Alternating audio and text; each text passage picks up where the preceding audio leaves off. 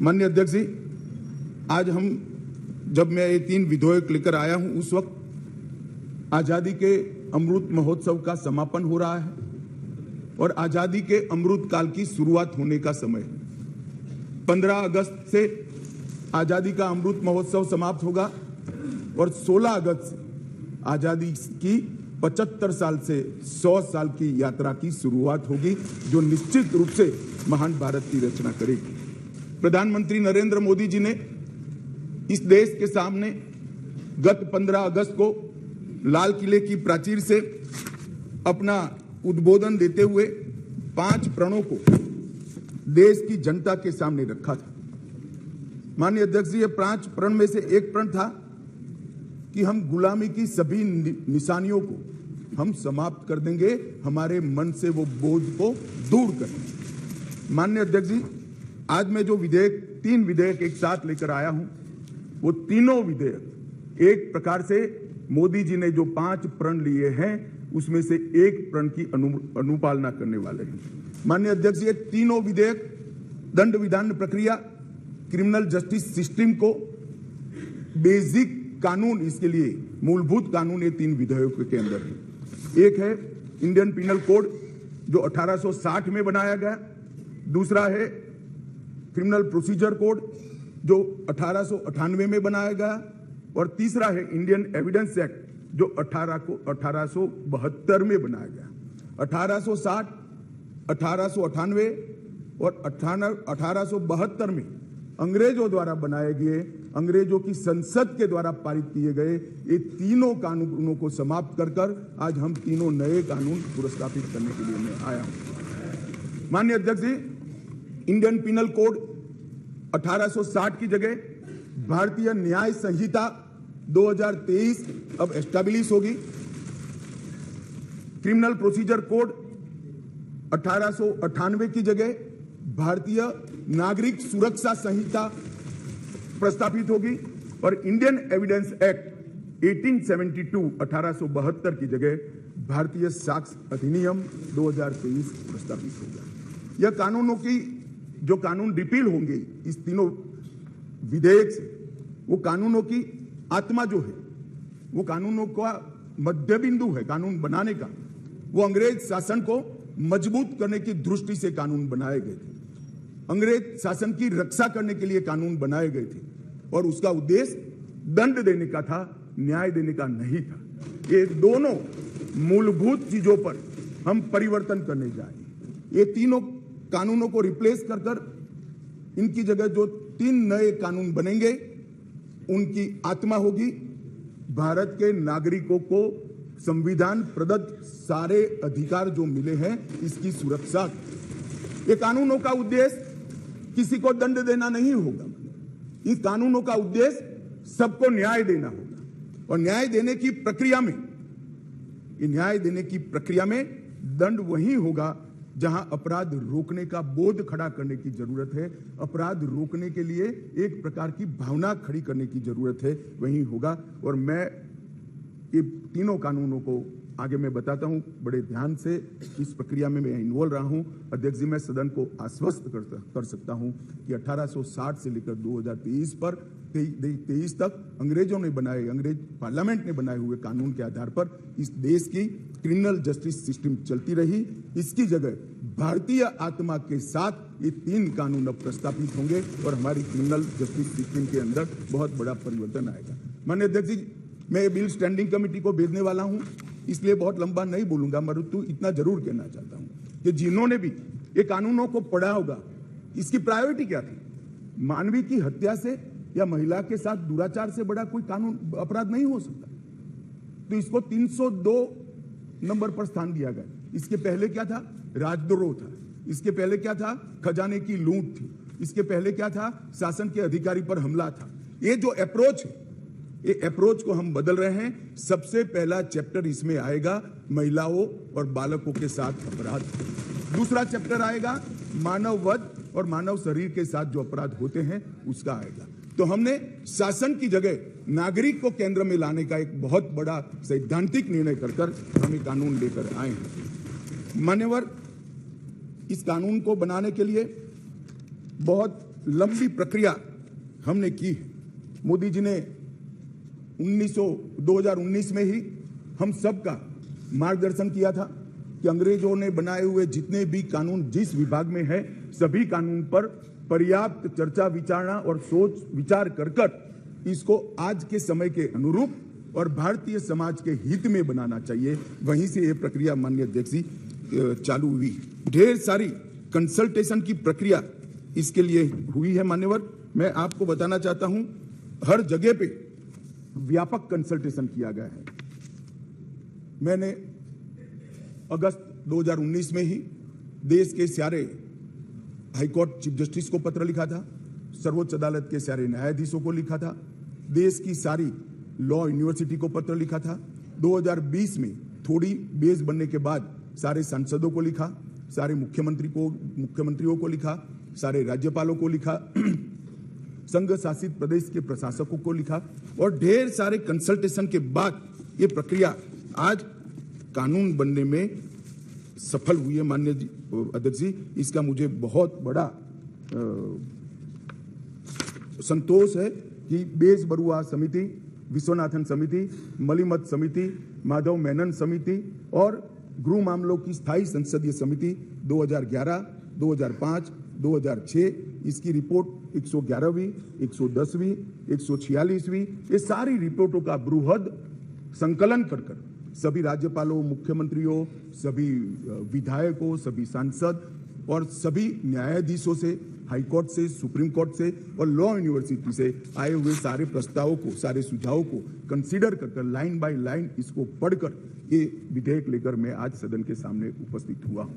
माननीय अध्यक्ष जी, 18 राज्यों, 6 संघ शासित प्रदेश, भारत की सुप्रीम कोर्ट, 16 हाई कोर्ट, 5 न्यायिक एकेडमी, 22 विधि विश्वविद्यालय, 142 सांसद और लगभग 270 विधायकों ने इसमें सुझाव दिए हैं। जनता के भी बहुत सारे सुझाव आए हैं जिसको कंसिडर किया गया। माननीय अध्यक्ष जी, 4 साल तक इस पर गहन विचार विमर्श हुआ है।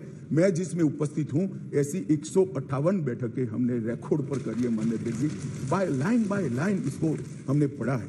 मान्यवर, भारतीय नागरिक सुरक्षा संहिता जो सीआरपीसी के को रिप्लेस करेगी, इसमें अब 533 धाराएं बचेगी, 160 धाराओं को बदल दिया गया है, 9 धाराएं नई जोड़ी गई है और 9 धाराओं को निरस्त किया गया है। भारतीय न्याय संहिता जो आईपीसी को रिप्लेस करेगी, इसमें अब पहले 511 धाराएं थी, इसकी जगह 356 धाराएं होगी, 175 धाराओं में बदलाव हुआ है, 8 नई धाराएं जोड़ी गई है और 22 धाराएं निरस्त कर दी गई। भारतीय साक्ष्य अधिनियम जो एविडेंस एक्ट को रिप्लेस करेगा, इसमें 170 धाराएं होगी, पहले 167 थी, 23 धाराओं में बदलाव किया है, 1 धारा नई जोड़ी गई है और 5 धाराएं निरस्त की।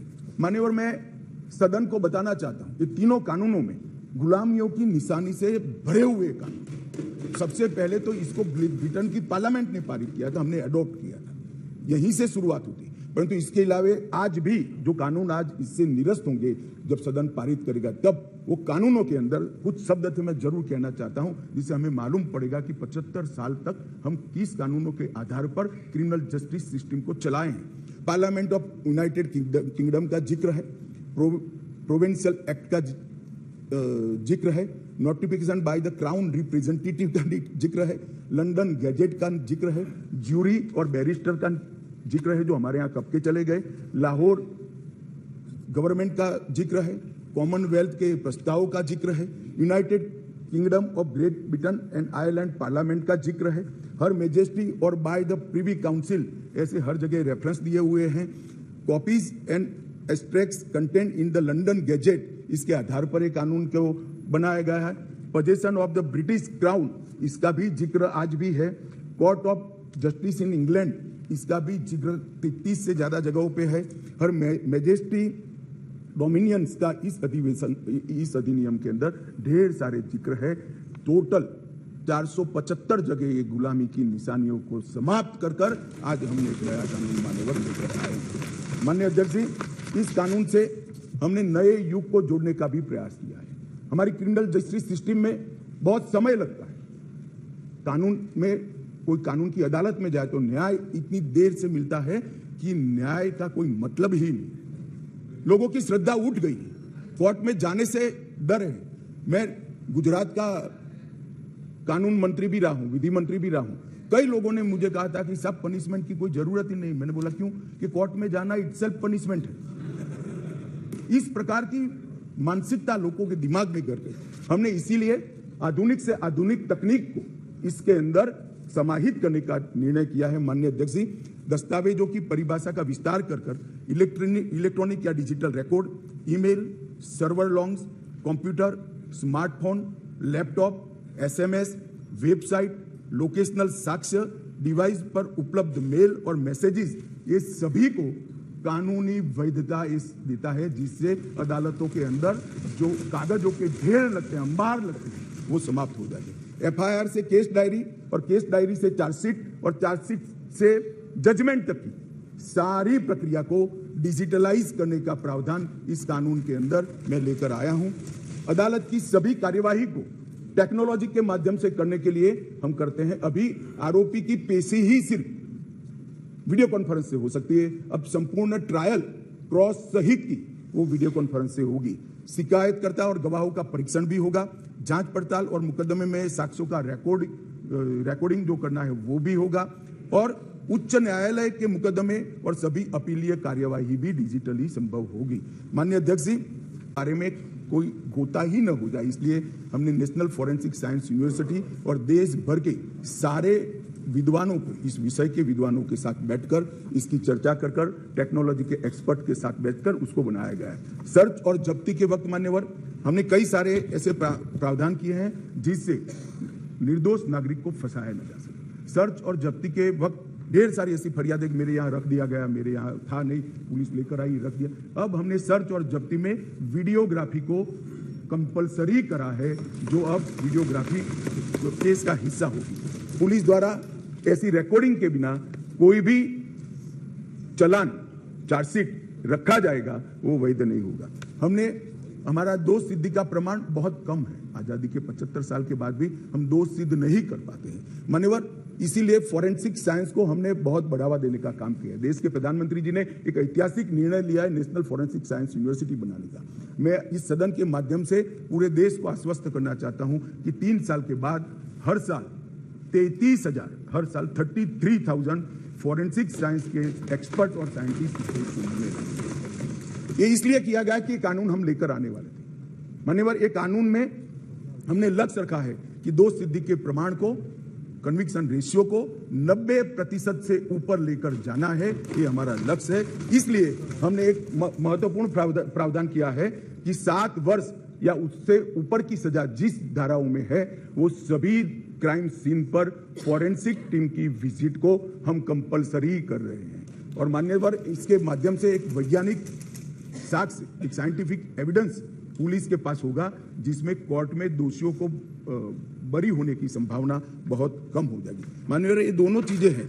इसमें एक ऐसा सवाल कुछ एक्सपर्ट्स ने बताया था कि ये इसके लिए शायद देश अभी तैयार नहीं है। एक कानून में हमने ये भी प्रोविजन रखा है कि इलेक्ट्रॉनिक तरीके से केस चलाने के लिए कोर्ट, जिला, राज्य, ये सभी प्रकार के नोटिफिकेशन निकलने के बाद ही वो अप्लाई होगा। मानो एक कोर्ट किसी राज्य ने तैयार कर दी तो वो कोर्ट नोटिफाइड कर सकते हैं। एक जिला जब हो जाएगा तो वो जिला नोटिफाइड कर सकते हैं। एक क्षेत्र हो जाएगा तो क्षेत्र। अंततोगत्वा 27 के पहले पूरे देश की सभी कोर्टों को हम कंप्यूटराइज करते। इसी प्रकार से मोबाइल फोरेंसिक वाहन का भी हमने एडवांस में अनुभव कर लिया है मान्यवर। आज मैं आपको बता सकता हूं कि दिल्ली के अंदर 7 साल से ऊपर की किसी भी गुना होता है, सजा का जिसमें प्रावधान हो, ऐसा कोई भी गुना होता है तो एफएसएल की टीम इसको विजिट करती है। ये सफल प्रयोग हमने दिल्ली के अंदर कर दिया है। बेंगलुरु में अब सरकार बदल गई, भगवान जाने क्या होगा, मगर हमारी सरकार थी तब बेंगलुरु में भी इस प्रयोग की शुरुआत की थी। इसके लिए हमने मोबाइल एफएसएल के कंसेप्ट को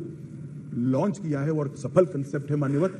हर जिले में 3 मोबाइल एफएसएल घूमती रहेगी और गुना के जगह पे जाएगी। नागरिकों की सुविधा सुनिश्चित करने के लिए 0 एफआईआर को पहली बार आजादी के 75 साल के बाद हम स्थान, गुना कहीं पर भी हुआ, किसी भी थाने का हो, आप हिमालय की चोटी से भी उसको रजिस्टर कर सकते हैं और कन्याकुमारी के सागर के किनारे। गुना रजिस्टर होने के बाद 15 दिन में कंसर्न थाने को भेजना होगा।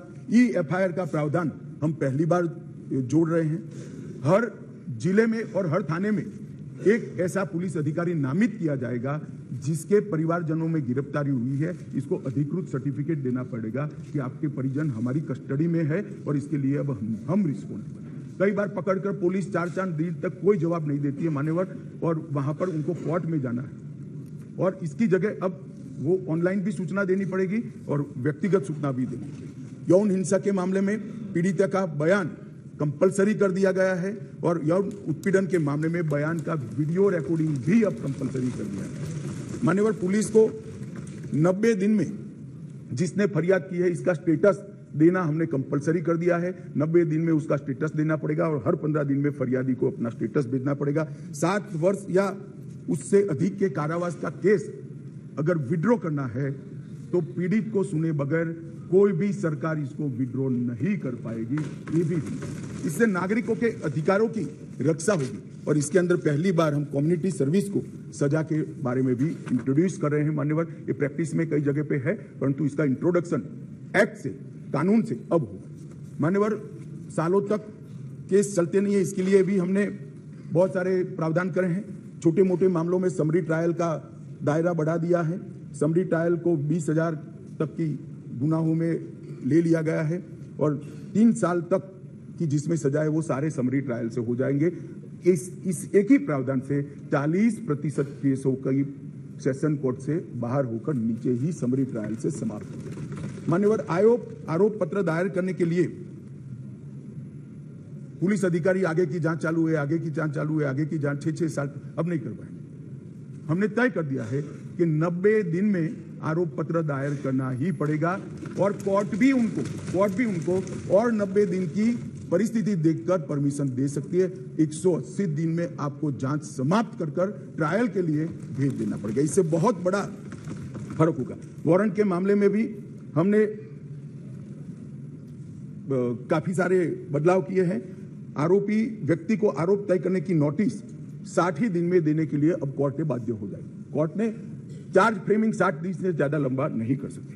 बहस पूरी होने के बाद 30 ही दिन में मान्यवर न्यायाधीश ने अपना फैसला देना पड़ेगा। अब 3-3 साल तक फैसला पेंडिंग नहीं रखा। कई सारे जज ऐसे थे पूरी सुनवाई कर देते थे और फिर बाद में ट्रांसफर हो जाती थी या रिटायर कर जाते थे और ट्रायल फिर से चलती। अब ऐसा नहीं होगा। 30 दिन के अंदर ही फैसला देना पड़ेगा। इसको भी हमने, और फैसले को 7 दिन के अंदर ऑनलाइन उपलब्ध कराना पड़ेगा जिससे इस पर अपील की कार्यवाही मान्यवर हो जाए। सिविल सर्वेंट के विरुद्ध कोई फरियाद होती थी, पुलिस ऑफिसरों के विरुद्ध कोई फरियाद होती थी, तो एक प्रावधान है जिससे उनको सुरक्षा मिली हुई। सरकार की परमिशन के बगैर इनका संज्ञान या तो चार्जशीट या ट्रायल शुरू नहीं हो सकती। मान्यवर, सालों तक कोई परमिशन आती ही नहीं थी और उसके कारण सिविल सर्वेंट के साथ साथ बाकी लोग भी डिले ट्रायल को एंजॉय करते थे। हमने तय कर दिया है कि 120 दिन में सरकार हाँ या ना कह दे, वरना डीम्ड परमिशन माना जाएगा और ट्रायल को फिक्स करेगा। मान्यवर, एक बहुत बड़ा दिक्कत मैंने देखा है कि एसपी नाते किसी ने एक केस जांच किया है तो डीजीपी या तो रिटायर्ड होने के बाद वो केस चलने पर आता है और उनको गवाही देने जाना है। हमने ये प्रक्रिया के अंदर आमूलचूर परिवर्तन किया है कि जो एसपी अभी नौकरी कर रहा है वो ही फाइल देखकर गवाही देगा, जो पहले था उसको आने की जरूरत नहीं। माननीय, बहुत बड़ा क्रांतिकारी बदलाव। इसके कारण इतना देर होती। आज हमने बारीकी से ट्रायल किस चीज के कारण लेट होती है इसका अभ्यास किया है। सबसे ज्यादा डेट अगर लगे तो यही कि भैया वो तो डीजीपी हो गए, डीजीपी साहब को समझ नहीं होगा तहसील में कैसे आएंगे, जब उनकी विजिट है तो 1.5 साल तक गवाही नहीं होती। मगर अब कोई डीजीपी साहब या तो रिटायर्ड बाबू को बुलाने की जरूरत नहीं, वहां जो एसपी है वो फाइल देखकर, और वो डीजीपी साहब को कुछ याद भी नहीं है, उन्होंने भी फाइल देखकर ही कोर्ट को असिस्ट करना है, मगर ये नहीं होता था। अब हमने ये कर दिया है। घोषित अपराधियों की संपत्ति की पूर्ति का भी ये है नहीं, वरना यूपीए वालों को बहुत दिक्कत आती इस प्रावधान से। घोषित अपराधियों की संपत्ति की कुर्की का भी हम प्रावधान मान्यवर इसमें लेंगे। संगठित अपराध के लिए एक नया प्रावधान हम इसके अंदर जोड़ रहे हैं, जो अंतरराज्य गैंग और संगठित अपराध है, इसके विरुद्ध एक अलग प्रकार की कठोर सजा का प्रावधान। महिलाओं के प्रति अपराध, और सामाजिक समस्याओं के निपटान के लिए भी हमने ढेर सारे किए हैं। शादी, रोजगार, पदोन्नति के झूठे वादे और गलत पहचान प्रकट कर जो यौन संबंध बनाते थे उसको अपराध की श्रेणी में पहली बार नरेंद्र मोदी सरकार लाए। गैंग रेप के सभी मामलों में 20 साल की सजा या आजीवन कारावास का प्रावधान किया है, जो आज नहीं है। 18 वर्ष से कम आयु की बच्चियों के मामले में मृत्यु दंड का भी प्रावधान। मान्यवर, मॉब लिंचिंग का बड़ा शोर मचा है, हमने उसको केयरफुली करा है।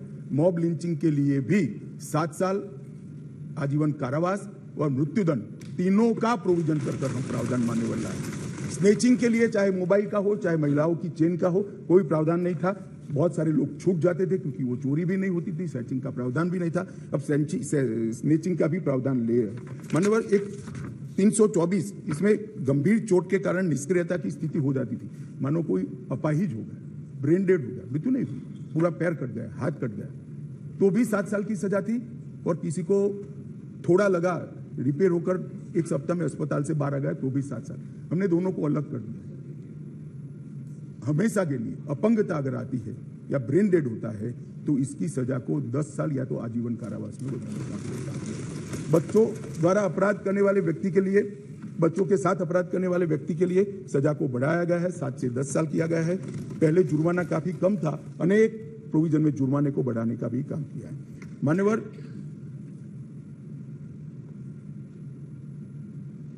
अपराधियों के विरुद्ध जो भाग जाते थे इसके लिए भी 10 साल की सजा का लाया है, प्रावधान लेकर आए हैं। सजा माफी को पॉलिटिकल यूज करने वाले बहुत किस्से आते थे, अब हमने कह दिया है कि अगर किसी को सजा माफ करनी है तो मृत्यु की सजा को आजीवन कारावास में बदल सकते हैं। आजीवन कारावास की सजा को 7 साल तक ही माफ कर सकते हैं। 7 साल के कारावास को 3 साल तक ही माफ कर सकते हैं। किसी भी गुनहगार को, अभी बिहार में कुछ मामले आए हैं सामने, इसी प्रकार से राजनीतिक सुख वाले लोगों को छोड़ा नहीं जाएगा, उनको भी सजा इसका भी प्रावधान मान्यवर हम लेकर आए हैं।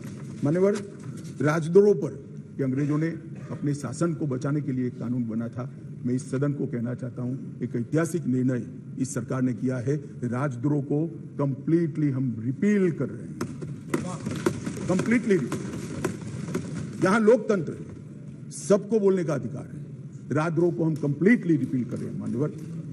और इस कानून में इसके साथ साथ अलगाव, सशस्त्र विद्रोह, विध्वंसक गतिविधियां, अलगाववाद, भारत की संप्रभुता, एकता को, अखंडता को चैलेंज करना, ये सब को कानून के अंदर किसी न किसी दाएं बाएं तोड़ मरोड़ कर जोड़ते थे। इसका कोई स्पेशल प्रोविजन नहीं था, टेररिज्म की व्याख्या ही नहीं थी। पहली बार अब इसकी व्याख्या हो रही है और जुड़ी संपत्ति को कुर्क करने का अधिकार भी। मान्यवर, जांच करने वाले पुलिस अधिकारी के संज्ञान पर कोर्ट इस पर ऑर्डर करेगा। कुर्की का ऑर्डर पुलिस अधिकारी नहीं कर पाएंगे, निर्णय नहीं कर पाएंगे, कोर्ट में सुनवाई के बाद होगा। मान्यवर, एक बहुत बड़ा ऐतिहासिक फैसला हमने किया है, अनुपस्थिति में ट्रायल। कई सारे केसों में दाऊद इब्राहिम वांटेड हैं, चले गए, देश छोड़कर भाग गए, आज उन पर ट्रायल नहीं होती। हमने तय किया है कि सेशन कोर्ट के जज ड्यू प्रोसीजर के बाद जिसको भगोड़ा घोषित करेंगे उसकी अनुपस्थिति में ट्रायल होगी और उनको सजा भी सुनाई। दुनिया में वो कहीं पर भी छिपे, सजा सुनाई जाए। मान्यवर, इससे बहुत बड़ा फर्क पड़ने वाला है और वो सजा के खिलाफ अपील करना है तो न्याय की शरण में आए, अपने आप को भारतीय कानूनों के शरण में, भारतीय कानूनों की शरण में लाएं और अदालत के सामने जाए तो हाईकोर्ट में चैलेंज करें। मान्यवर, मैं सार्वजनिक जीवन में बहुत बचपन से हूं, राज्य का गृह मंत्री भी रहा हूं, मैंने बहुत सारे थाने विजिट किए, बहुत सारे सदस्य भी थाने में गए होंगे। आप देखे होगा टूटी फूटी साइकिल, टूटी फूटी गाड़ी, टूटी फूटी ऑटो सालों तक पड़ी, सबने देखा। वो इसलिए पड़ा है कि कानून में प्रोविजन है कि केस के निपटारे तक इसको संभाल कर रखना। हमने प्रोविजन कर दिया है इसकी वीडियोग्राफी करना, वीडियोग्राफी की सर्टिफाइड कॉपी कोर्ट में जमा कराना और फिर इसका निपटारा आप कर सकते हो। इससे कम से कम पुलिस स्टेशन की स्वच्छता करना। मान्यवर, इस प्रकार के, मैंने तो अभी थोड़ा बताया, इस प्रकार के ढेर सारे बदलाव इस कानून के अंदर हम लेकर आए हैं। टोटल 313 बदलाव है मान्यवर, और मैं इतना कह सकता हूं कि हमारी न्यायिक दंड प्रक्रिया, क्रिमिनल जस्टिस सिस्टम के अंदर आमूल चूर परिवर्तन होगा और सबको ज्यादा से ज्यादा 3 साल के अंदर न्याय। मान्यवर, इसमें पुलिस अधिकारियों को भी जवाबदेह किया है, वकीलों को भी जवाबदेह किया है और न्याय करने वाले के लिए भी मर्यादाएं रखी। इसमें महिलाओं का और बच्चों का विशेष ध्यान दिया गया है।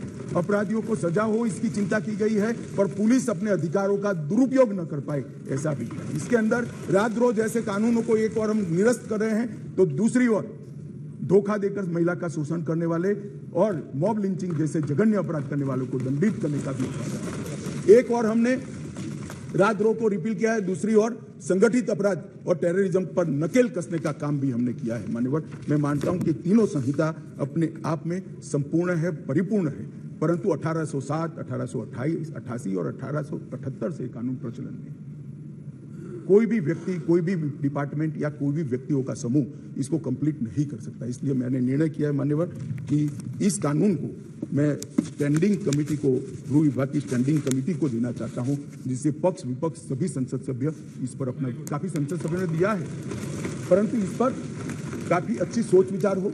इस पर बार काउंसिल भी चर्चा करे, बार एसोसिएशन भी चर्चा करे, कुछ रिटायर्ड न्यायिक अधिकारी भी चिंता करें और हम लॉ कमीशन को भी भेजेंगे, लॉ कमीशन भी अपनी टिप्पणियां दें। तो कुल मिलाकर ये सब आने के बाद ये विधेयक को उचित परिवर्तन करने के बाद मैं फिर से इस सदन के लिए आऊंगा। मैं आपको अनुरोध करता हूं माननीय स्पीकर महोदय कि मैं विधेयक को पुनर्स्थापित करता हूं और माननीय स्पीकर महोदय में ये भी अनुरोध करता हूं कि विधेयक को जांच हेतु विभाग संबंधी, गृह कार्य संबंधी संसदीय स्थायी समिति को